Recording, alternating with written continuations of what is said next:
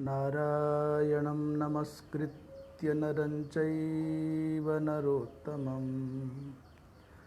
देवीं सरस्वतीं व्यासं ततो जयमुदीरयेत्। कृष्णाय वासुदेवाय हरये परमात्मने प्रणतः क्लेशनाशाय गोविन्दाय नमो नमः। शङ्करं शङ्कराचार्यं केशवं वादरायणं सूत्रभाष्यकृतौ वन्दे भगवन्तौ पुनः पुनः। ईश्वरो गुरुरात्मेति मूर्तिभेदविभागिने व्योमवद्व्याप्तदेहाय दक्षिणामूर्तये नमः। वागीशाद्याः सुमनसः सर्वार्थानामुपक्रमे यन्नत्वा कृतकृत्याः स्युस्तन्नमामि गजाननम्। वागीशायस्य वदने लक्ष्मीर्यस्य च वक्षसि यस्यास्ते हृदये संवित् तं नृसिंहमहं भजे। आज भगवद गीता के 11वें दिन समुपस्थित सभी सुभद्र जनों का, विद्वज्जनों का, संत महानुभावों का भाव भरा अभिनंदन है और अपनी इस भगवद गीता विचार यात्रा पर आगे बढ़ते हुए हम विगत दिवस के प्रसंग से नाता जोड़ें। भगवान कृष्ण ने भावुकता में डूबे हुए पंडितों के जैसी बात करने वाले भक्त प्रवर अर्जुन को कहा, अरे अरजते रजत बुद्धिवत अशोच्येषु शोच्य बुद्धिया भ्रांतोसी। तुम अर्जुन स्वयं को मानते तो हो पंडित, बातें तो विद्वानों के जैसी, पंडितों के जैसी करते हो, पर कार्य तुम्हारे ऐसे हैं, व्यवहार में तुम ऐसा लगते हो जैसे अत्यंत नासमझ हो। जैसे किसी व्यक्ति को अरजत में रजत की बुद्धि हो जाए, वो कैसे होगी। बड़ा प्रसिद्ध उदाहरण है। अद्वैत वेदांत के सिद्धांत को समझने और समझाने के लिए बहुत प्रसिद्ध, बहुत व्यावहारिक और प्रायः अधिकांशतया सर्वजनक ग्राह्य है। माने साधारण से साधारण समझ का व्यक्ति भी इस उदाहरण को, दृष्टांत को समझ लेगा, क्योंकि कभी ना कभी उसके जीवन में घटना घटती है। एक ही प्रकार के 3 उदाहरण हैं। सुक्ति में, सीपी में रजत का भ्रम होना, चांदी का भ्रम होना। वो सुक्ति जो उल्टी पड़ी रहती है, उसके अंदर श्वेत वर्ण का एक आवरण होता है, एक परत होती है सफ़ेद रंग की। वो यदि धूप में पड़ी हो तो चांदी की तरह से तीव्र चमक के साथ में देखने वाले को सहसा भ्रम में डाल देती है कि लगता है सीपी नहीं, चांदी है। यद्यपि वहाँ चांदी दूर दूर तक नहीं है, अधिष्ठान भूत सीपी में हमको रजत की भ्रांति हो गई। तो जैसे कोई सीपी को, सुक्ति को रजत माने चांदी मान बैठे। दूसरा उदाहरण, मरुमरीचिका में, मरुस्थल की मरीचिका में उस चमकती हुई रजत सदृश बालू कणों में कोई जल की भ्रांति कर बैठे, पानी मान ले। मरुस्थल में वो मरीचि का भ्रम हो जाए, लहरों का भ्रम हो जाए, और ये समझने लगे कि दूर दूर तक ये उत्ताल तरंगों से संयुक्त समुद्र लहरा रहा है। ये भी उदाहरण बड़ा सहज है, लोगों की समझ में आता है, भ्रम हो ही जाता है। और तीसरा उदाहरण है रस्सी में सर्प का भ्रम। रस्सी पड़ी हो, वो सर्पाकार में कोई वस्त्र का खंड, चैल खंड पड़ा हो, अथवा कोई पाइप पड़ा हो, अथवा कोई टायर आदि का कटा हुआ भाग हो, रबर पड़ा हो।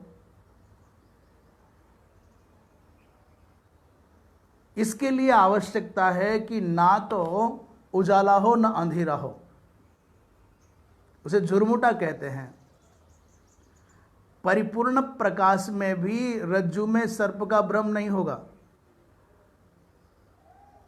और सर्वथा अंधकार, निकट अंधकार के, सघन अंधकार के कारण भी महाराज दिखेगा ही नहीं, कुछ तो भी भ्रम नहीं होगा। इसलिए कुछ चाहिए मध्य का, थोड़ा थोड़ा उजाला हो कि नेत्र ग्रहण कर सकें, और थोड़ा थोड़ा अंधेरा हो कि वस्तु स्थिति का ज्ञान न हो।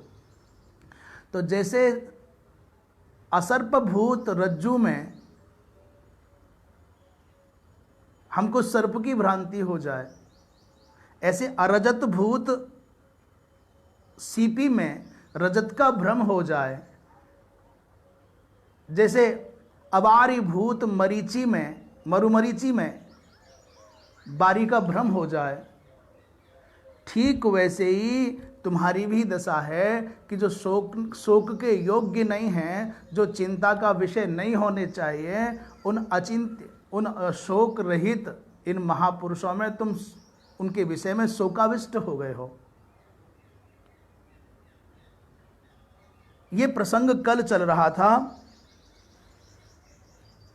तो प्रश्न इसके आगे बढ़ा, गतासून अगतासूंश्च नानुशोचन्ति पंडिताः।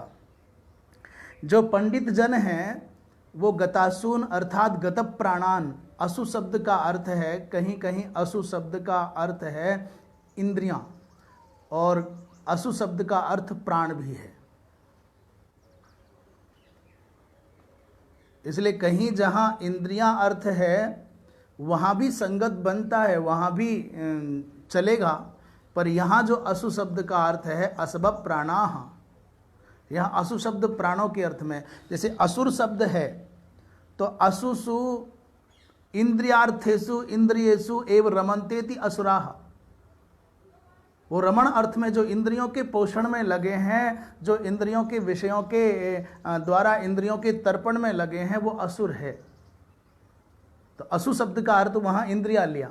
अथवा ये कहो कि सब प्राण पोषण में ही लगे हैं, वहाँ प्राण अर्थ भी कर सकते हैं।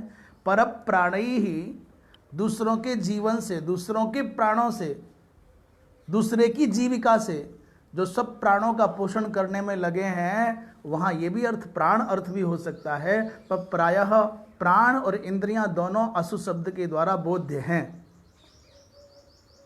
तो गतासून माने गत प्राणान, जो संसार से चले गए, और जो वर्तमान में अगतासून जो जीवित हैं, इन दोनों के लिए शोक करने की आवश्यकता नहीं है। प्रश्न कर रहे हैं कि एक बात बताओ अर्जुन, शोकः किन निमित्तम अस्ति, तुम्हारे शोक का कारण क्या है? ये जीव निमित्तक है कि देह निमित्तक है? तुम जीव के लिए चिंता कर रहे हो कि देह के लिए चिंता कर रहे हो? तुम जो इन सबको लेकर ध्यान में रख कर के चिंता कर रहे हो, शोक कर रहे हो, तो क्यों? शरीर को ध्यान में रख कर के चिंता है कि आत्मा को ध्यान में रख कर के, जीव को ध्यान में रख कर के चिंता है? और स्वयं भगवान कृष्ण उत्तर दे रहे हैं, देखो सुनो, यदि तेषाम जीवानाम नित्यत्वात् नाद्यः, यदि तुम सोच रहे हो कि जीव निमित्तक शोक है, तब तो ये पहला पक्ष ठीक नहीं है। नाद्यः, आद्य न। क्यों?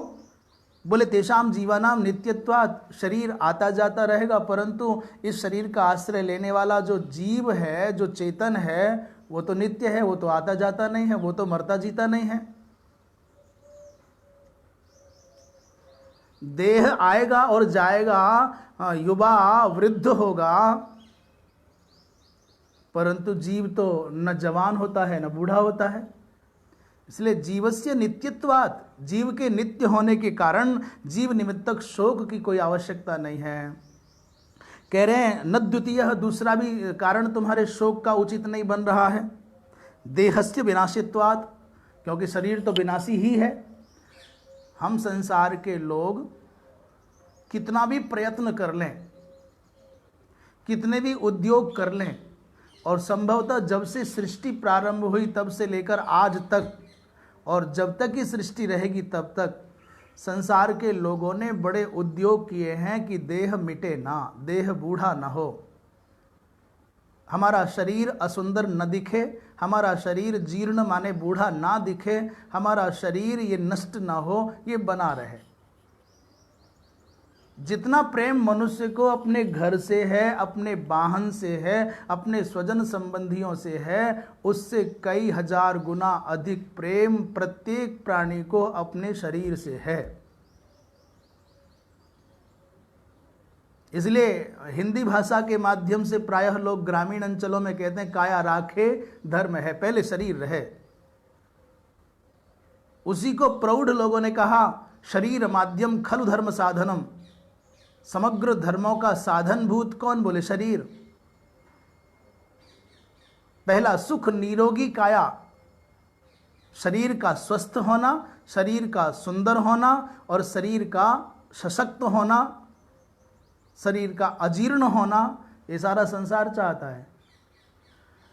और इसकी व्यवस्था के लिए, इसकी स्थिरता के लिए संसार ने बड़े बड़े आविष्कार किए हैं। विभिन्न प्रकार के उबटन बनाए, विभिन्न प्रकार के पेय पदार्थ बनाए, विभिन्न प्रकार के वो द्रव्य बनाए जिससे लगाने से हम स्वस्थ बने रहेंगे, खाने से स्वस्थ बने रहेंगे, पीने से स्वस्थ बने रहेंगे। और इसका पहला प्रमाण है बोले च्यवनप्राश। आप बूढ़े नहीं होंगे, आपके चेहरे पर झुर्रियाँ नहीं आएंगी, ये बात आपके मन में बिठाने के लिए विज्ञापन के द्वारा महर्षि च्यवन का नाम लेकर के इन आयुर्वेद के माध्यम से औषधि बनाने वाली कंपनियों ने खूब पैसा कमाया। पर ऐसा भी हुआ कि कोई बूढ़ा ना हुआ। ये फेयर एंड लवली बनाने वालों ने बहकाया लोगों को, जितने काले थे, जितने कुरूप थे, और ऐसा मंत्र के समान ये भाव आपके सबके मन में बिठा दिया कि फेयर एंड लवली से क्या होगा? फेयर एंड लवली से क्या होता है? वो गोरे हो जाते हैं, फेयर भी हो जाएंगे, लवली भी हो जाएंगे। और भी एक कदम आगे बढ़ा करके लाइफ बॉय वाले ने तो ये तक घोषणा कर दी, बोले लाइफ बॉय है जहां तंदुरुस्ती है वहां। जितने पतले और कमज़ोर लोग थे पूरे भारत में, पूरी दुनिया में, सारे लोगों ने लाइफ बॉय खरीद लिया कि हम तंदुरुस्त हो जाएंगे, तगड़े हुआ आज तक कोई न लाइफ बॉय लगाने से कोई तंदुरुस्त और तगड़ा हुआ, न फेयर एंड लवली लगाने से दुनिया की कुरूपता और कालिमा गई, और ना ही च्यवनप्राश खाने से कोई अमर हुआ, कोई बूढ़ा जवान हुआ, ऐसा नहीं हुआ। बड़े उद्योग किए हैं हमारी और आपकी भावुकता को भुनाने के लिए, धन कमाने के लिए। पर भाई ऐसा भी होगा कि कोई बूढ़ा ना हो, जीर्ण ना हो, जरा ना आवे, ये तो ऐसा हो नहीं। इसलिए भगवान कहते हैं कि न द्वितीय देहस्य विनाशित्वात्, देह तो विनाशी है, और हमारे और आपकी आंखों के सामने साफ साफ प्रयत्न करने के बाद भी, रोके रखने के बाद भी, ये शरीर बचपन की सुकुमारता को छोड़ करके, कोमलता और निर्दोषता को छोड़ करके महाराज युवावस्था में प्रवेश कर जाता है। हम रोके रखना चाहते हैं कि जवान बने रहें, घी पीते हैं, दंड बैठक लगाते हैं, व्यायाम करते हैं, जिम जाते हैं, फिर भी बूढ़ा हो लेता है। न जाने क्यों हमारे बिना चाहे बाल सफ़ेद होने लगते हैं, चेहरे पर झुर्रियाँ। तो भाई दोनों कारणों से आपका शोक करना उचित नहीं है। अब आगे चलते हैं भगवद गीता के इस पावन शब्द प्रवाह में। भगवान के वचनामृत रूपी इस आनंद सिंधु में गोता लगाएं। न त्वेवाहं जातु नासं न त्वं नेमे जनाधिपाः न चैव न भविष्यामः सर्वे वयमतः परम। भगवान कृष्ण कहते हैं, इस श्लोक का अर्थ थोड़ी सावधानी से लगाना पड़ेगा। जातु शब्द का अर्थ है कदाचित, माने कभी भी। ये जो चित शब्द होता है, कम चित, किंचित, कदाचित, कश्चित, काचित, तो ये सब शब्दों से चित लग जाता है। यहाँ कदाचित माने कभी भी, जातु माने कदाचित माने कभी भी, अहम न आसम ऐसा नहीं है। क्यों चक्कर में पड़े हो अर्जुन? ऐसा कभी नहीं हुआ कि मैं पहले नहीं था। भगवान स्वयं से प्रारंभ कर रहे हैं अपनी बात। न तो एव ऐसा ही है कि जातु माने कभी भी, अहम न आसम अपितु आसम एव। भूतकाल की बात बता रहे हैं, ऐसा कभी नहीं हुआ कि मेरी सत्ता नहीं थी, मैं नहीं था, अपितु था ही। दूसरी बात कह रहे हैं, न त्वम,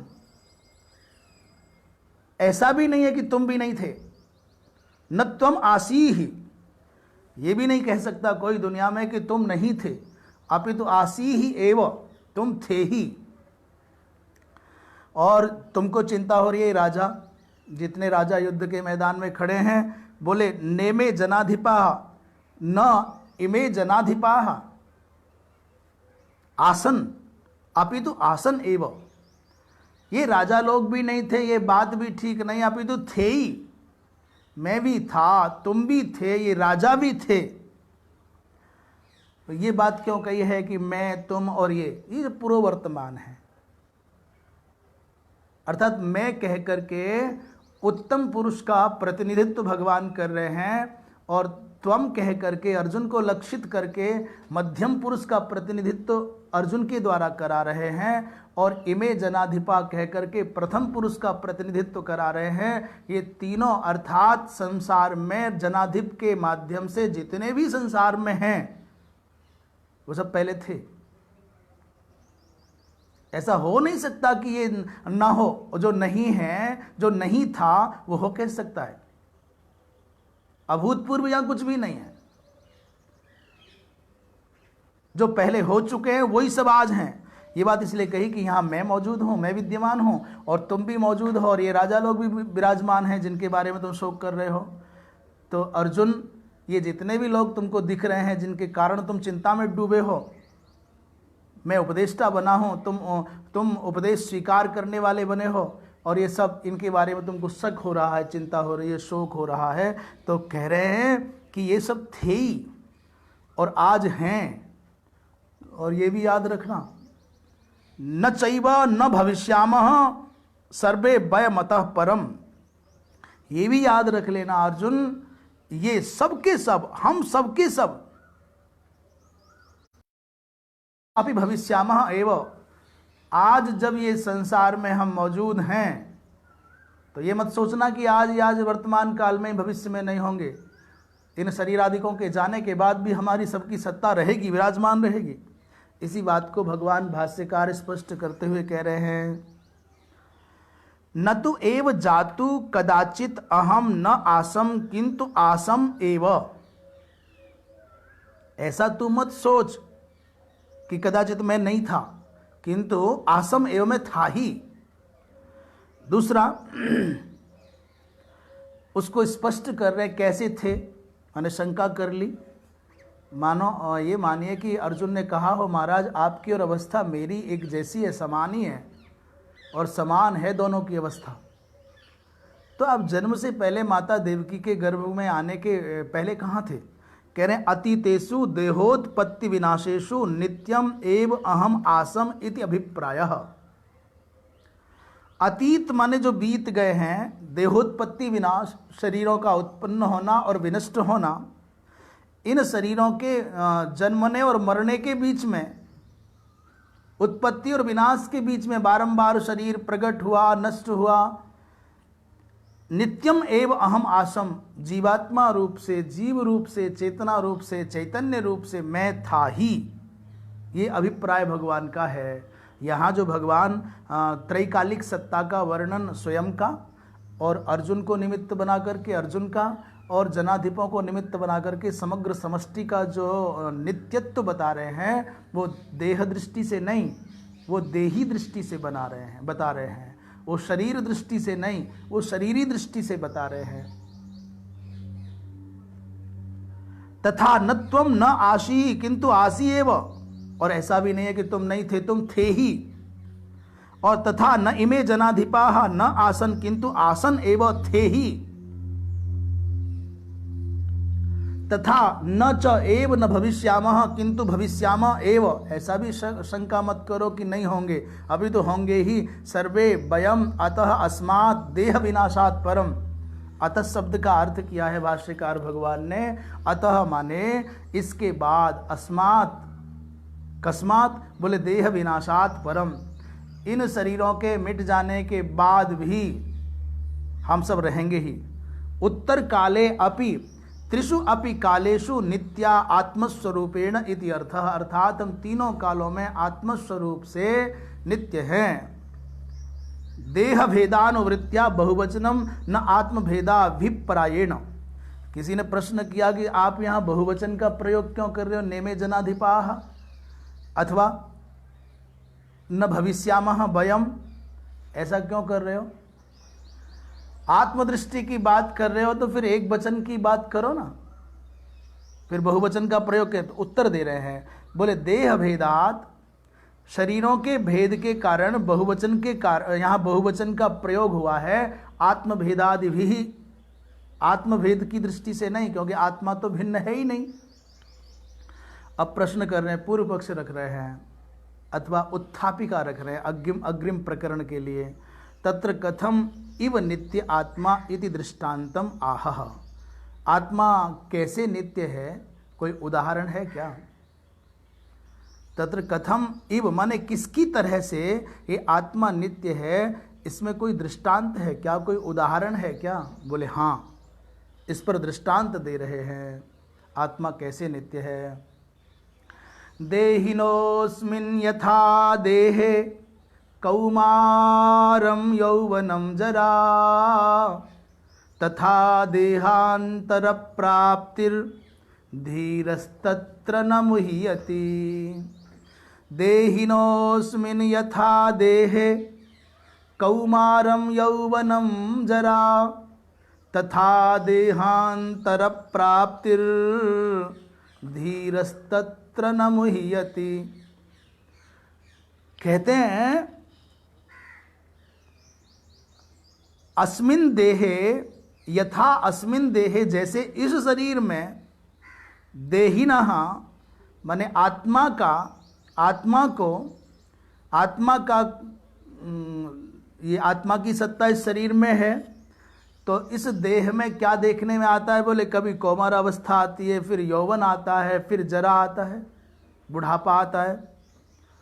जैसे इस शरीर में देही के रहने पर, आत्मा के रहने पर शरीर के कौमार, यौवन और जरा का दर्शन होता है, ठीक वैसे ही देहांतर प्राप्ति होने पर तत्र धीरः न मुह्यति। धीर माने जो धैर्यशाली है, जो तत्वज्ञ है, वो मोहित नहीं होता। संसार में अभी तक ऐसा देखने में नहीं आया कि किसी ने कहा हरे राम मेरा बचपन छिन गया, मेरी जवानी आ गई, अब मेरा कुछ नष्ट हो गया। ऐसा कौन बोलता है? देहिनोस्मिन् यथा देहे कौमारम यौवनम जरा,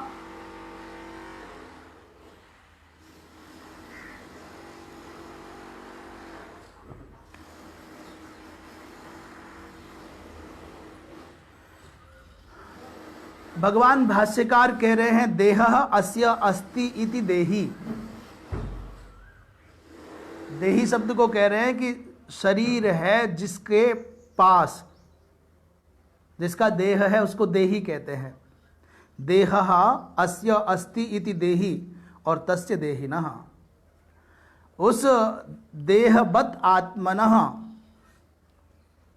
जो देह से संयुक्त आत्मा है, वो अस्मिन् वर्तमाने देहे, इस शरीर में रहता है। तो यथा येन प्रकारेण, जैसे जिस प्रकार से कौमारम कुमार भावो बाल्यावस्था और यौवनम यूनो भावो मध्यमावस्था और जरा वयोहानि जीर्णावस्था इति एताः तिस्रः अवस्थाः अन्योन्य विलक्षणाः।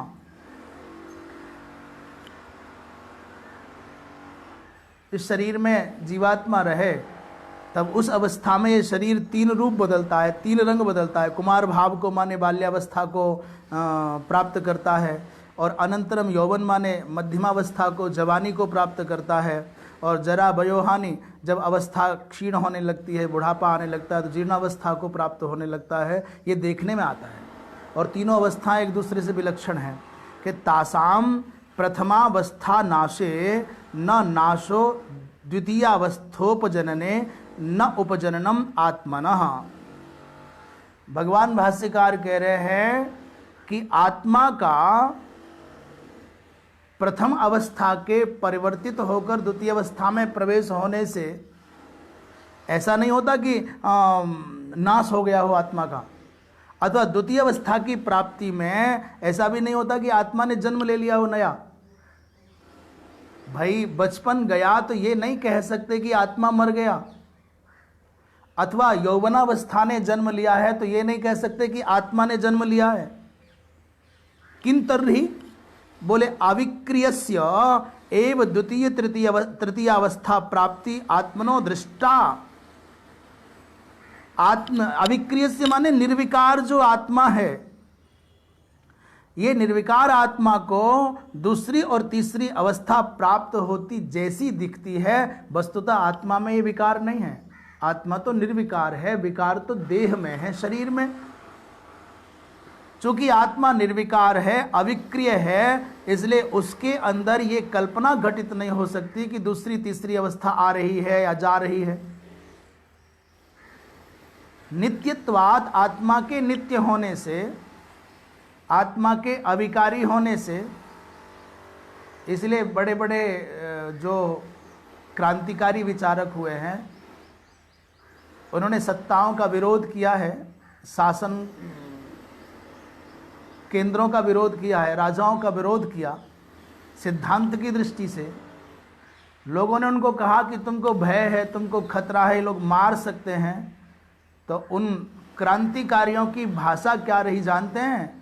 बोले दुनिया के लोग मेरे शरीर को मार सकते हैं, मेरे विचार को नहीं मार सकते। इन दुनिया के तानाशाहों में ये सामर्थ्य तो हो सकती है कि शरीर को मार दें, पर मेरे विचारों को मार सकें इतना दम किसी में नहीं है।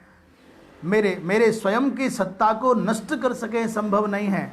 और शरीर तो ऐसे ही मरना है, आना और जाना है, इसको मार देने भर से क्या होगा। इसलिए बाल्यावस्था आने पर या यौवनावस्था आने पर ऐसा नहीं कहा जा सकता कि आत्मा में विकार हो रहा है। तथा तद्वद एव देहात अन्यो देहांतरम तस्य प्राप्ति ही देहांतर प्राप्ति ही अविक्रियस्य एव आत्मना इत्यर्थः। जैसे शरीर में बचपन, जवानी और बुढ़ापा देखा जाता है, और इन बचपन, जवानी और बुढ़ापा आने पर या इनके परिवर्तन होने पर या किसी अवस्था के जाने पर धीर व्यक्ति शोक नहीं करता, वैसे ही एक शरीर को छोड़ करके दूसरे शरीर में आत्मा का प्रकाश हो, देह परिवर्तन से धीर व्यक्ति को शोक नहीं होता, चिंता नहीं होती। धीरो धीमान तत्र एवं सती न मुह्यति मोहम न आपद्यते, मोह को प्राप्त नहीं होता है। देहांतर प्राप्त, दूसरे शरीर की प्राप्ति में अप्रशिक्षितः अशिक्षितोपि बालः, जिसको प्रशिक्षण नहीं मिला है, जो पढ़ा लिखा नहीं है, शिक्षित नहीं है, ऐसा भी बालक आपने देखा ना, शरीर बदलता है,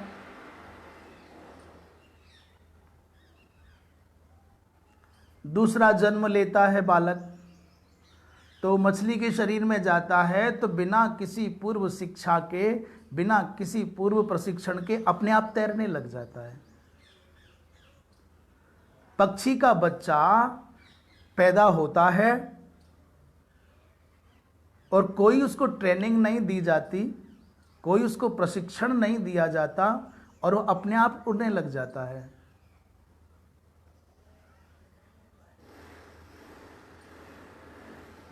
गौ आदि का वत्स्य जन्म के बाद उठ के खड़ा होता है, कोई सिखाता नहीं,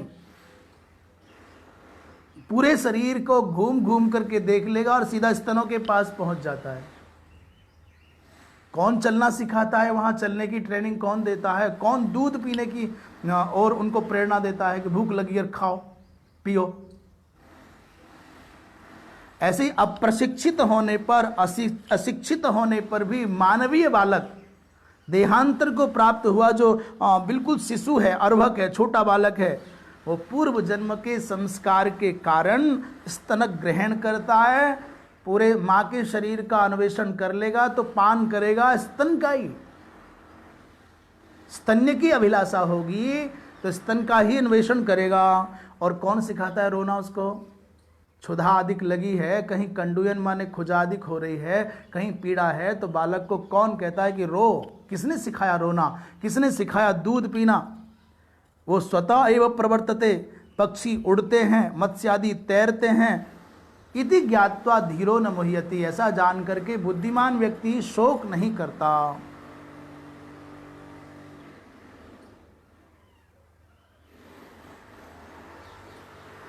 जैसे कौमार दशायाम नग्नो बालिशेषु क्रीडितवान,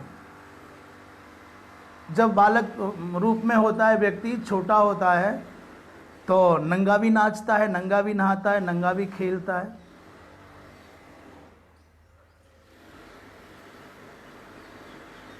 और जब यौवन हो जाता है, सैव यौवने सभ्यत्वम प्राप्नोति, और वही बालक जब बड़ा होता है तो सभ्य हो जाता है। सभ्य शब्द का अर्थ कोशकारों ने कहा है सभासु साधु सभ्य। सभ्य कौन है? जिस व्यक्ति को सभा में, समूह में उठना, बैठना, बोलना, चालना आ गया है, वो सभ्य है। लोग कहते हैं भाई ये बहुत सभ्य है, ये बहुत शिष्ट है, बहुत सदाचारी है। तो सभ्य कहने का अर्थ है कि जनों के समूह में, सभा में कब क्या कैसे बोलना चाहिए, कब कहाँ क्या कैसा व्यवहार करना चाहिए, जिसको यह बोध है वही सभ्य है। अकाल में, आदेश में कुछ भी बोल जाना, कुछ भी करना, ये सभ्य का लक्षण नहीं, ये मूर्ख का लक्षण है। जिसको देश काल और परिस्थिति का बोध है और जो देश काल और परिस्थिति के अनुरूप ही आचरण व्यवहार करता है, वही सभ्य है। भगवान करे कि आज फिर भारतवर्ष में सभ्य जनों की मात्रा, सभ्य जनों की संख्या बढ़ जाए, क्योंकि आज सभ्य घट रहे हैं।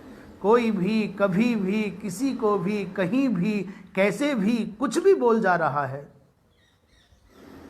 कोई भी कभी भी कहीं भी कैसे भी और कहीं भी कुछ भी खा ले रहा है। जो मन में आ रहा है वो बोल रहे हैं, जो मन में आ रहा है वो खा रहे हैं, जो मन में आ रहा है वो कर रहे हैं। ये काम बाग, काम चार, काम भक्ष, ऐसे लोगों की भीड़ खड़ी हो गई है। ये समाज नहीं रह गया, समझ बन करके रह गया है। और समझ शब्द का प्रयोग जान करके किया है। जो लोग इसका अर्थ लगा सकते होंगे वो आनंदित हो जाएंगे। समाज कहते हैं सभ्य जनों के समूह को, और समझ कहते हैं पशुओं के जैसी प्रवृत्ति वाले एक संघ को।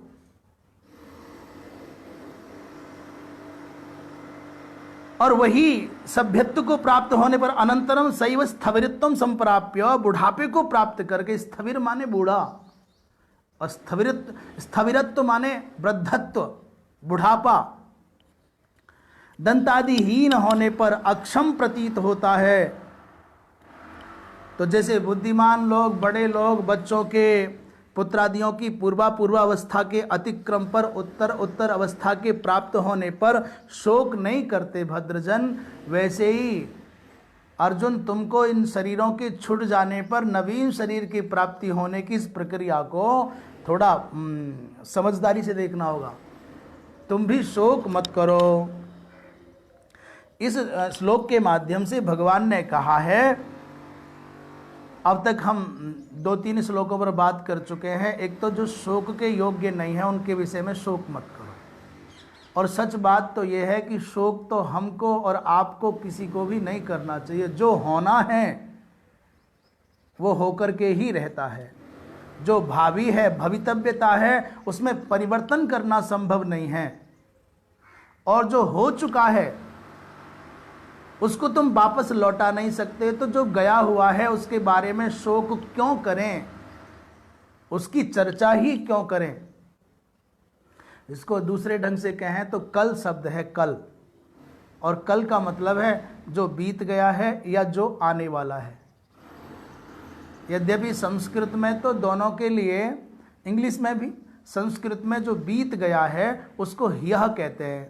ही में आय, जो ही निश्चयेन आय माने गतः, जो चला गया है, और बीता हुआ कल माने भूतकालिक कल माने ह्यः, और जो भविष्य का आने वाला कल है उसको स्वः कहते हैं। आने वाला कल स्वः और बीत गया कल ह्यः। ऐसे ही अंग्रेजी वाले भी, जो बीत गया है वो यस्टरडे है और जो आने वाला है वो टुमारो है। पर हिंदी में कल माने एकदम समान, बस जोड़ना पड़ेगा बीता कल और आने वाला कल। हम तो केवल कल शब्द की बात करें, वो चाहे आने वाला हो चाहे गया हुआ हो। इन दोनों कल में क्यों जी रहे हैं हम? बीते कल और आने वाले कल में क्यों जी रहे हैं? अकल से क्यों नहीं जीते?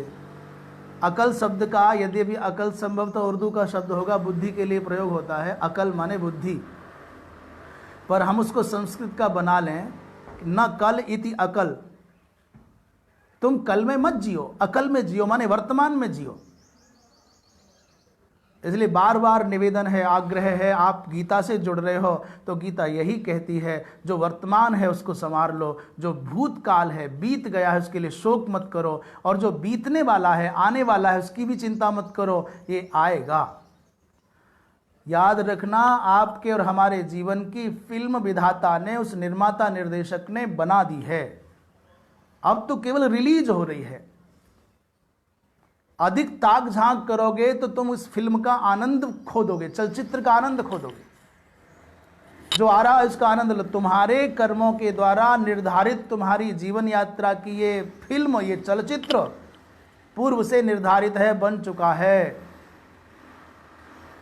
इसमें तुम बदल नहीं कर सकते। वही काट छांट करना चाहे तो करे, और उससे तुम काट छांट कराना चाहते हो, परिवर्तन कराना चाहते हो, तो आपको साधना का आलंबन करना पड़ेगा, मंत्र सिद्धि का आलंबन करना पड़ेगा।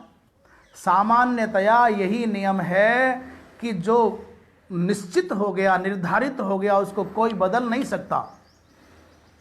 पर तीव्र पुण्य के द्वारा, तीव्र तप के द्वारा उस संभाव्यमान चलचित्र में भी परिवर्तन करना संभव है।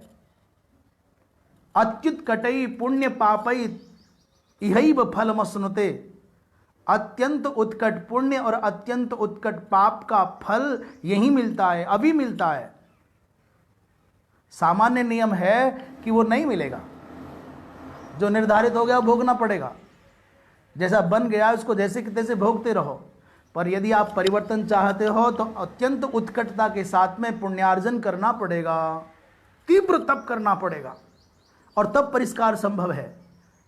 उसी का अंग है कि आचार्य जी ने, पंडित जी ने, ज्योतिषी जी के पास आप गए और ज्योतिष विद्या के मर्मज्ञ हैं, वो कहें कि अमुक अमुक ग्रह की दशा आ रही है, ये आपके प्रतिकूल है, तो आप इस ग्रह का इतना मंत्र जपो, इस ग्रह के ये औषधियाँ इनका सेवन करो, इनका प्रयोग करो, और ये वस्तु हैं इनका दान करो।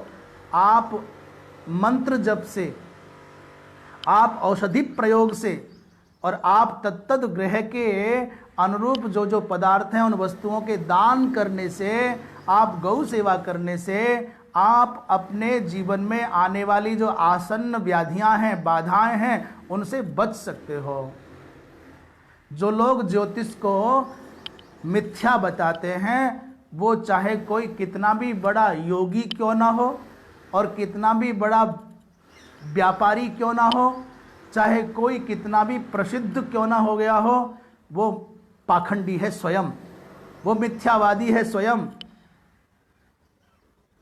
इस धरती पर भला कौन है जो किसी शास्त्र को, किसी विज्ञान को, किसी सिद्धांत को कल्पना करार दे, मिथ्या घोषित कर दे? ज्योतिष तो विज्ञान है। उस विज्ञान का खंडन करना तुम्हारी अज्ञता का प्रमाण है।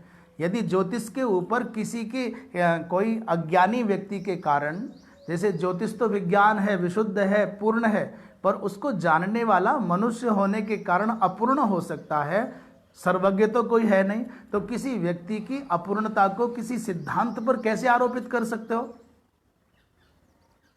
और जो महाशय, जो महानुभाव ज्योतिष को, फलित ज्योतिष को काल्पनिक बताते हैं, वो जिस योग का आश्रय लेकर के नाटक कर रहे हैं उसका प्रत्यक्ष प्रमाण करके दिखाएं, वो परकाया प्रवेश करके दिखाएं। तो तुम्हारी अक्षमता को हम योग पर आरोपित जैसे नहीं कर सकते, तुम्हारी अज्ञानता को, तुम्हारी अपूर्णता को, तुम्हारी अक्षमता को जैसे हम परिपूर्णतम विज्ञान योग पर आरोपित नहीं कर सकते। ये नहीं कह सकते साहब योग काल्पनिक है, योग मिथ्या है, योग केवल व्यापार का धंधा, ये नहीं कह सकते। तुम बना सकते हो योग को व्यापार, पर तुम योग को बेचोगे, आयुर्वेद को बेचोगे, महर्षियों का नाम लेकर के व्यापार करोगे तो तुम सही हो। पर कोई ज्योतिष के आश्रय से कुछ अपने ज्ञान के आधार पर कहे, अपनी क्षमताओं के आधार, तो पाखंड हो जाएगा। इसलिए क्षमा करें, किसी का खंडन करना ये उचित नहीं है। हर व्यक्ति की अपनी क्षमता है, उसके आधार पर शास्त्र की सेवा करता है, उसमें कहीं कोई जीविका के लिए भी जुड़ जाता हो तो कौन सा आसमान टूट गया है? भगवान का नाम लेकर के दुनिया खारी कमा रही है, सारी दुनिया ही चल रही है ऐसे ही। इसलिए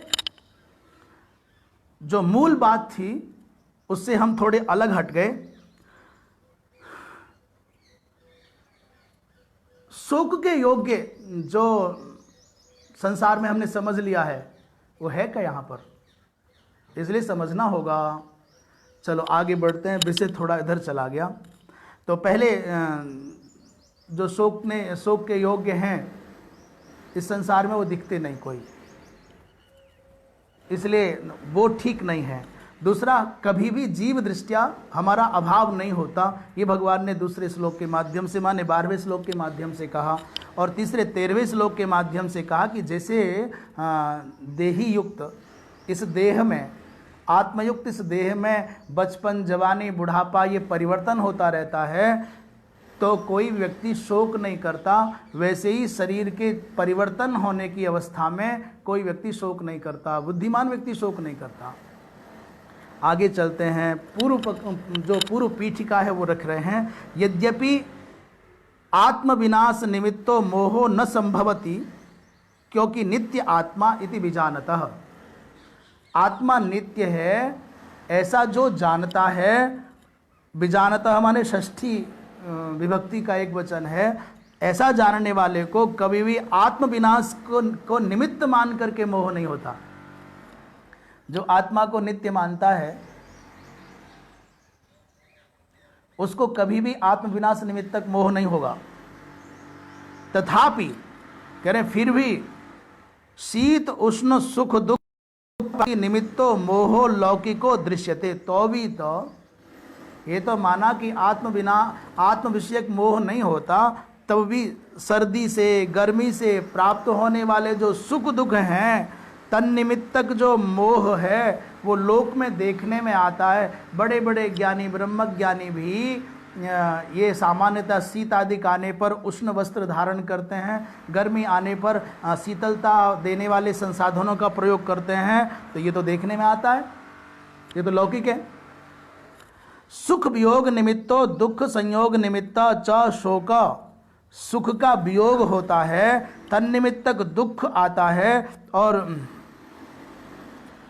दुख संयोग निमित्तक शोक आता है। जब सुख का वियोग होता है, जिससे हमको सुख मिल रहा है, ऐसा व्यक्ति, ऐसा वस्तु और ऐसा स्थान जब छूटता है तो निश्चित रूप से शोक होता है, और प्रायः सबको ही होता होगा, किसी को कम किसी को ज़्यादा। मेरी बात फिर एक बार रिपीट कर दूं कि जो सुख का वियोग होगा, और सुख के वियोग का आधार क्या, सुख मिलता किससे, या तो किसी वस्तु से मिलता है, या किसी व्यक्ति से मिलता है, या किसी स्थान से मिलता है। व्यक्ति वस्तु स्थान जो सुख देने वाले हैं उनसे वियोग होगा तो हृदय में शोक आएगा। दूसरा, दुख का संयोग हो जाने पर जो व्यक्ति वस्तु और स्थान दुखदायक हैं, दुख देने वाले हैं, उनका संयोग हो जाता है तो भी शोक आता है। इति एतत् अर्जुनस्य वचनम आशंक्य, अर्जुन के ऐसे वचन की आशंका करके भगवान आगे कह रहे हैं। बहुत अच्छा प्रसंग है, बहुत व्यावहारिक, जीवन से जुड़ा हुआ। एक एक ऐसा वचन है, एक एक ऐसा सिद्धांत है जिसको समझ करके जीवन में उतार लें तो महाराज आनंद हो जाए।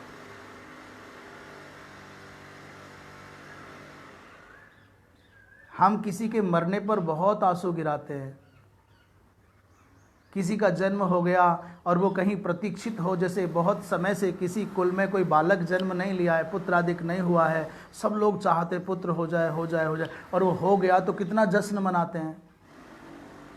ये गीता का सिद्धांत नहीं है। कुछ अच्छा हो जाने पर हर्षित होना, ये गीता जी इसका समर्थन नहीं करती।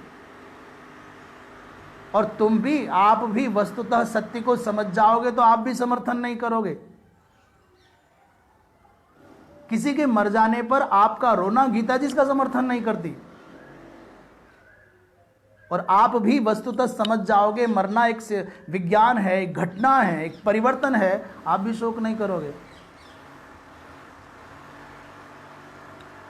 पर समझ में आ जाए जन्म क्या है, मृत्यु क्या है। गीता जी पढ़ने के, गीता जी सुनने के, गीता जी मनन करने के, जानने के, जीने के योग्य वही हैं जो अनुकूलता पाकर के नाचते नहीं हैं, सुख आने पर जो नाचते नहीं हैं और दुख आने पर जो रोते नहीं हैं, जो प्रसन्नता और खिन्नता के अवसरों पर भी सम रहे, वो गीता का अधिकारी है। और मान लीजिए कि अभी तक प्रसन्नता में और खिन्नता में संतुलन बनाना नहीं आया है और हम गीता श्रवण कर रहे हैं, तो ध्यान रखना कि गीता श्रवण करते करते भी आपके चित्त में प्रसन्नता और खिन्नता की अवस्थाओं में समता स्थापित करनी नहीं आई, और गीता जी के श्रवण करने के बाद भी आपको स्थिर रहना, सम रहना नहीं आया, तो आपका गीता श्रवण करना, गीता पढ़ना, ये समय लगाना व्यर्थ चला जाएगा। इसलिए गीता श्रवण करने का अर्थ है कि समत्व में हम अवस्थित हो जाएं। उसी को विचार करके आगे कह रहे हैं, मात्रा स्पर्शास्तु कौन्तेय शीतोष्ण सुख दुःखदाः आगमापायिनो नित्यास्तांस्तितिक्षस्व भारत। यह भारत संबोधन किया है। अर्जुन को संबोधित करते हुए भगवान कहते हैं भारत, और भारत शब्द का अर्थ है भा माने प्रकाश, भा माने ज्ञान। जो प्रकाश में और ज्ञान में रत है, जो प्रकाश प्राप्ति में, जो ज्ञान प्राप्ति में रत है, अथवा जो भरतवंशीय पूर्वज राजाओं के समान तितिक्षु है, धीर है, ज्ञानी है, तुम ऐसे उत्कृष्ट वंश के हुए हो तुम भरतवंश के हो इसलिए भारत कहला रहे हो, तुम ज्ञान और प्रकाश के उपासक हो इसलिए भारत कहे जा रहे हो। और दूसरा उदाहरण दिया कौन्तेय, हे कुंती नंदन, हे भारत, ये मात्रा स्पर्शास्तु शीतोष्ण सुख दुखदाह, ये जो मात्रा स्पर्श है, मात्राओं का, इंद्रियों का अथवा इंद्रियों के विषयों का जो स्पर्श है, संस्पर्श है, ये शीत और उष्ण के समान सुख दुख देने वाला है। और ये कैसा है? बोले आगमा पाई है। आगमा माने आने वाला और अपाय माने जाने वाला। इसलिए सिद्धांत कौमुदी के कारक प्रकरण में पंचम विभक्ति अपादान कारक के विषय में जब कहा जाता है, ध्रुवम अपाये अपादानम, अपादान संज्ञा किसकी होगी? बोले ध्रुवम अपाये, अपाय कहते हैं विश्लेष को, और जिससे विश्लेष हो रहा है, विलगता आ रही है, जो ध्रुव है, उसकी अपादान संज्ञा होती है। जैसे वृक्षात पत्राणि पतंती, तो पतन क्रिया का आश्रय है पत्र, और जिससे वो पत्र गिर रहे हैं वो ध्रुव कौन है वहां? बोले वृक्ष। तो इस वृक्ष की अपादान संज्ञा हो गई, और अपादान होने से यहां पंचमी हो गई। अपाय हुआ, विश्लेष हुआ, किसका? बोले पत्तों का। किससे विश्लेष हुआ? बोले ध्रुव स्थिति है वृक्ष की, वृक्ष से। हिमालयात गंगा प्रवहति, हिमालय से गंगा तो बह रही है गंगा। कौन बह रहा है? बोले गंगा। कहाँ से बह रही है? बोले हिमालय से। तो उसमें गंगा में और हिमालय में ध्रुव कौन है? बोले हिमालय, इसलिए हिमालय अपादान हो गया। इसलिए विश्लेष माने अपायो विश्लेष, अपाय माने विश्लेष, अलग होना। तो आगमा माने आना और अपाय माने विश्लेष होना। और दूसरी बात, ये आगमा पाई हैं, और क्या कह रहे हैं? बोले अनित्या, ये अनित्य भी हैं, ये शाश्वत नहीं हैं। इसलिए हे भारत ता स्थिति क्षस्व, इनको सहन करो। श्लोकार्थ समझ में आ गया। हे कौन्तेय, ये जो इंद्रियां और इंद्रियों के विषय हैं, ये मिल करके सुख दुख ऐसे देते जैसे सर्दी और गर्मी सुख दुख देने वाली होती है। दूसरा, ये आगमापाई हैं, ये अनित्य हैं, इनको सहन करो। अब भगवान भाष्यकार क्या कह रहे हैं? मात्रा शब्द का अर्थ कर रहे हैं। मात्रा माने तृतीया का एक वचन। माता मातारौ, मातरः मातारः, मातारम मातारौ। ये माँ वाचक नहीं है, जननी वाचक नहीं है, ये परिमाप वाचक है। ये माता माने जानने वाचक है, ज्ञान वाचक है। उसका तृतीया में मात्रा बनता है। माने उसका भाष्य करते कह रहे मात्रा माने आभि मीयन्ते ज्ञायन्ते शब्दादयः विषया इति, जिनके द्वारा शब्दादि विषय जाने जाते हैं। यहां मात्रा शब्द का अर्थ इंद्रियां कर दिया भाष्यकार ने। पक्ष में दूसरी बात कहेंगे तो शब्दादि स्पर्श भी बता देंगे, विषय भी बता देंगे। तो मात्रा का शब्द का अर्थ करें आभि, जिनके द्वारा, मीयन्ते माने जाने जाते हैं, शब्दादि विषय उनको कहते हैं मात्रा। अर्थात श्रोत्रादीनि इंद्रियाणि। श्रोत्रादि सबसे पहले कान ही क्यों कहा जाता है?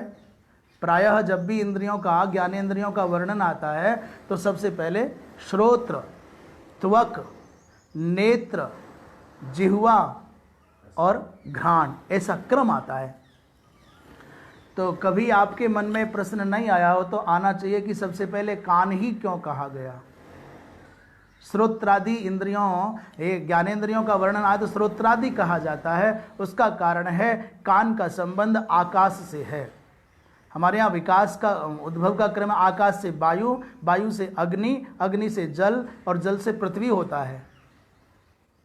और जिस क्रम से आकाश, वायु, अग्नि, जल और पृथ्वी है, उसी क्रम से श्रोत्र, त्वक, नेत्र, जिह्वा और घ्राण है।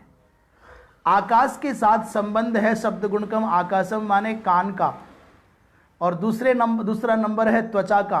तो वायु का संबंध त्वचा से है स्पर्श गुण रूपात्मक, इसलिए पहले नंबर पर श्रोत्र, दूसरे नंबर पर त्वक माने वायु के साथ संबंध है, और तीसरे नंबर पर नेत्र अर्थात अग्नि के प्रकाश के साथ संबंध है, और चौथे नंबर पर जल है तो जिह्वा के साथ में जल का संबंध है, और पांचवें नंबर पर पृथ्वी है तो गंध के साथ अर्थात नासिका के साथ उसका संबंध है। गंध रूपात्मक पृथ्वी का संबंध नाक से है, रस रूपात्मक जल के साथ में संबंध रसास्वादक जिह्वा से है, और रूप मय अग्नि के साथ नेत्र का संबंध है, स्पर्श गुणमय वायु के साथ त्वचा का संबंध है, और शब्द गुणक आकाश के साथ में कान का संबंध है। इसलिए श्रोत्रादीन इंद्रियाणि कह रहे हैं। तो मात्रा माने आभि मीयन्ते ज्ञायन्ते शब्दादयो विषया इति श्रोत्रादीन इंद्रियाणि, अर्थात मात्रा शब्द का अर्थ हो गया इंद्रियां, और मात्राणाम स्पर्शाः शब्दादिभिः संयोगाः, मात्राणाम माने इंद्रियाणाम, इसलिए यहां भाष्यकार ने मात्रा शब्द का जो अर्थ लिया है वो इंद्रियां लिया है, और मात्राणाम माने इंद्रियाणाम स्पर्शाः, इंद्रियों का स्पर्श किससे होता है? बोले शब्दादि विषयों से संयोग होता है। तो ये सब कैसे? बोले शीत और उष्ण के समान सुख दुख देने वाले हैं। इंद्रियां जब जब शब्दादि विषयों के साथ जुड़ती हैं तब तब सर्दी गर्मी के जैसे सुख और दुख की जनक हो जाती हैं। बात समझ में आई? जब तक इंद्रियों का संबंध उनके विषयों से नहीं होगा, जैसे कान का संबंध जब तक शब्द के साथ नहीं होगा तब तक ये शब्द सुखदायक और दुखदायक नहीं होगा। जब तक इस त्वचा का संबंध स्पर्श के साथ में नहीं होगा तब तक ये जो स्पर्श है सुख दुखदायक नहीं होगा। जब तक इन नेत्रों का संबंध रूप के साथ में नहीं होगा तब तक ये नेत्र अच्छा बुरा सुंदर और असुंदर का निर्णय नहीं करेंगे, तो सुख दुख भी नहीं देंगे।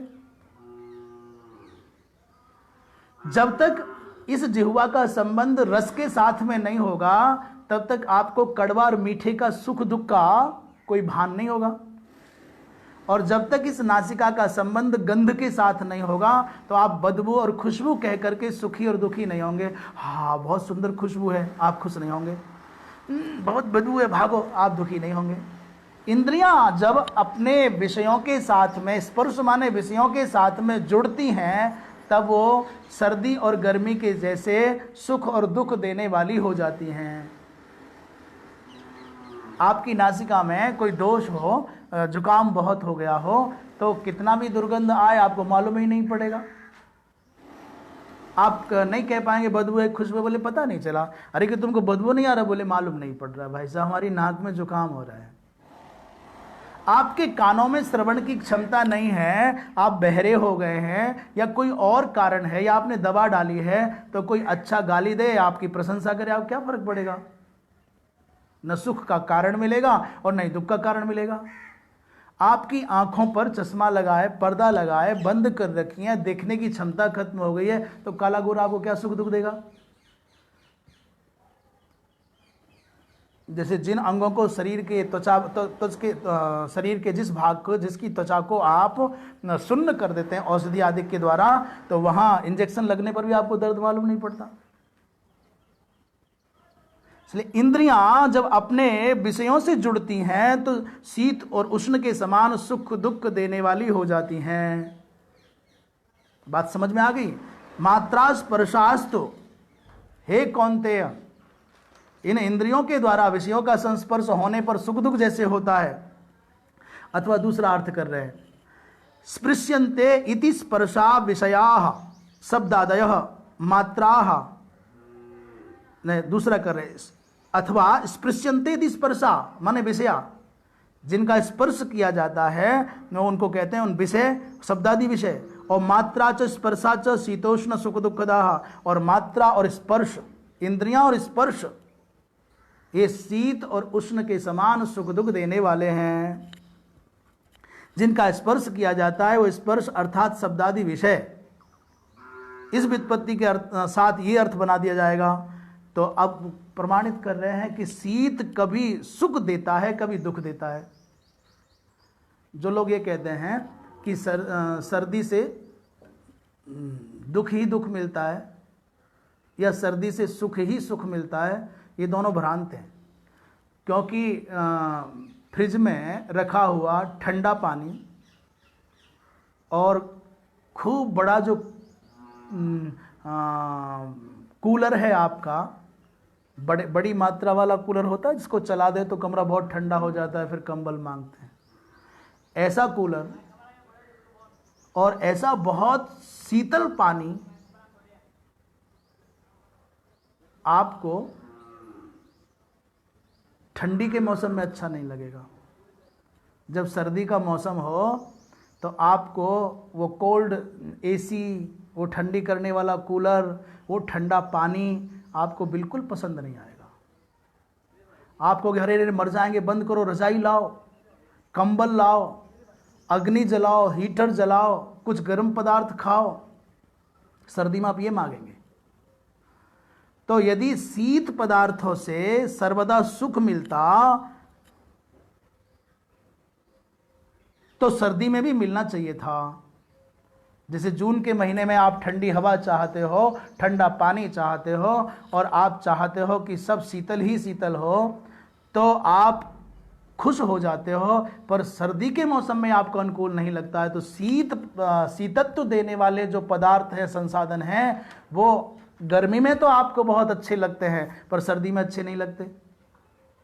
ऐसे ही जो गर्मी देने वाले पदार्थ और साधन हैं, जैसे बादाम खाना है या हीटर पे तापना है, सर्दी में तो बहुत अच्छा लगेगा, पर गर्मी में कोई कहे कंबल ओढ़ लो, बहुत अच्छा कंबल है, ये जयपुरिया रजाई है, ओढ़ो, ये हीटर चला देते महाराज, आनंद लो, तो आप कहोगे भाई साहब मारोगे क्या? इन वस्तुओं में, इन संसाधनों में स्थायी सुख नहीं है, स्थायी दुख नहीं है। एक वस्तु कभी सुख देने वाली है और कभी दुख देने वाली है। तो शीतम कदाचित सुखम ददाति, कदाचित दुखम ददाति। ऐसे ही उष्णम अपि अनियत रूपम, कभी सुख देता है, कभी दुख देता है। सुख दुखे पुनः नियत रूपे यतो न व्यभिचरतः अतत्ताभ्याम पृथक शीतोष्णयो ग्रहणम। भैया सुख और दुख निश्चित ये साधन तो अलग हैं। इन साधनों में तो व्यभिचार देखा जाता है कि एक वस्तु कभी सुख दे रही है, कभी दुख दे रही है। भाई एक ही वस्तु काल के भेद से, स्थान के भेद से, व्यक्ति के भेद से युवा को कोई कामनी स्त्री सुख देगी पर अत्यंत जराजीर्ण वृद्ध को वो सुख नहीं। तो वस्तु के भेद से, व्यक्ति के भेद से, काल के भेद से एक ही वस्तु, एक ही व्यक्ति किसी को सुख दे सकता है और किसी को दुख दे सकता है। चंद्रमा सबके लिए आह्लादक है, सबको आनंद देता है, पर विरह की अग्नि में जलते हुए चित्त को वो चंद्रमा शीतलता नहीं दे पाता। एक ही वस्तु, एक ही व्यक्ति, एक ही परिस्थिति सबको सुख और दुख नहीं दे सकती। जिसका घर कच्ची मिट्टी का है, जिसके घर की छत अथवा जिसकी झोपड़ी पुरानी है, जिसमें से पानी निकलने का भय है, वर्षा उसको सुख नहीं देगी। राजमहल में जो सुखपूर्वक जी रहे हैं उनके लिए वर्षा आनंद देती होगी। पकी हुई फसल खड़ी है उसके लिए वर्षा सुखद नहीं है, पर जिसके खेत में फसल खड़ी है, सूख रही है, उसके लिए वर्षा सुखद। तो एक ही स्थितियां सबको सुख दुख। तो संसाधन भिन्न हो सकते हैं, पर इन वस्तुओं से, इन संसाधनों से मिलने वाले जो सुख दुख हैं वो व्यभिचरित नहीं होते। सुख और दुख तो दोनों नित्य जैसे हैं। ये तो स्वाभाविक रूप से फेरफार नहीं करेंगे, ग्रहण कराएंगे। यस्मात् ते मात्रा स्पर्शादय आगमा पाई न संति। इन इंद्रियां और इंद्रियों के विषय भी भाई, इनसे मिलने वाला सुख दुख भी ये आगमा पाई है, ये आने जाने वाला है, उत्पत्ति विनाश वाला है, इसलिए अनित्य है। और अनित्य है तो इन शीत और उष्णादिक के समान इन सुख दुखों को सहन करो। प्रसहस्व तेसु हर्षम और विषादम मां कारसी। हर्ष और विषाद मत करो। ये बात कह करके, अर्थात ये जन्म और मृत्यु भी किसी को समान रूप से सुख दुख नहीं देते। अपना मरता है तो रोना आता है, शत्रु मरता है तो हर्ष होता है, अपने घर जन्म होता है तो हम खुश होते हैं, पर दूसरे के यहाँ, शत्रु के यहाँ कोई सुख की उत्पत्ति हो, संतति की उत्पत्ति हो तो हमको ईर्ष्या होती है, दुख होता है। ये भी अनित्य हैं और उत्पत्ति विनाशशील हैं, आगमापाई हैं। इनको सहन करना सीखो। हम भी और आप भी समागत परिस्थितियों में अपने आप को धीर बना करके रखें। कभी जय होगी, कभी पराजय होगी, कभी अनुकूलता होगी, कभी प्रतिकूलता होगी, कभी सुख की उपलब्धि होगी, कभी दुख की उपलब्धि होगी। इनमें हम धीर बने रहें। इन सब परिस्थितियों से, वस्तुओं से, व्यक्तियों से उस चेतन तत्व का संबंध नहीं है। ये तो आने जाने वाले हैं, इनको सहन करो। थोड़ी गर्मी बढ़ जाए तो चिल्लाने लग जाते हैं, थोड़ी सर्दी बढ़ जाए तो चिल्लाने लग जाते हैं, थोड़ा समय पर भोजन ना मिले तो चिल्लाने लग जाते हैं, थोड़ा ज़्यादा हो जाए तो चिल्लाने लग जाते हैं। इन परिस्थितियों में संतुलन बनाना आना चाहिए। मित्र को देख करके बहुत अत्यधिक हर्षित होना और शत्रु को देख करके अत्यधिक उद्विग्न होना, ये दोनों बातें अच्छी नहीं हैं। इन दोनों में सम रहना सीखना होगा।